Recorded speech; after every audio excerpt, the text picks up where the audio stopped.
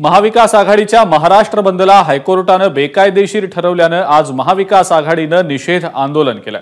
महाविकास आघाडीच्या या बंदच्या विरोधात गुणरत्न सदावर्ते हे कोर्टात गेलेले होते। यावरून आज संजय राऊतांनी टीका केलेली आहे। सरकारचा सदा आवडता याचिकाकर्ता असा उल्लेख करत राऊतांनी शिंदे फडणवीसांवर निशाणा साधला। महिला सुरक्षेची जबाबदारी याचिकाकर्ते आणि कोर्ट घेणार का असा सवालही राऊतांनी केला। सरकारचा सदा आवडता याचिकाकर्ता जो प्रत्येक वेळेला सरकारला मदत करण्यासाठी विशेषतः फडणवीसांना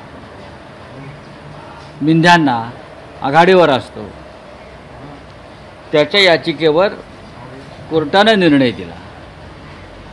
ही याचिकाकर्त्याची प्रतिष्ठा काय, याचिकाकर्त्याचं योगदान काय। पण ठीक आहे, यापुढे जर महाराष्ट्रात अशा काही दुर्दैवाच्या घटना घडल्या तर त्याची जबाबदारी ही संबंधित कोर्टावर आणि त्या याचिकाकर्त्यावर राहील। पण आम्ही बंद जरी कोर्टाचा शेवटी कोर्टाचा सन्मान राखावा लागतो, परंपरा आहे।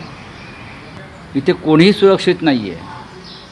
कोर्टाला सुद्धा मुली बाळी लेकी सुना आहेत हे लक्षात घ्या। कोर्टसुद्धा माणूसच आहे आणि न्यायदेवता सुद्धा एक स्त्री आहे। न्यायदेवता सुद्धा स्त्री आहे, लक्षात घ्या। आणि आज या देशामध्ये न्यायदेवतेवर सुद्धा अत्याचार होतो आहे, म्हणून आमची लढाई होती।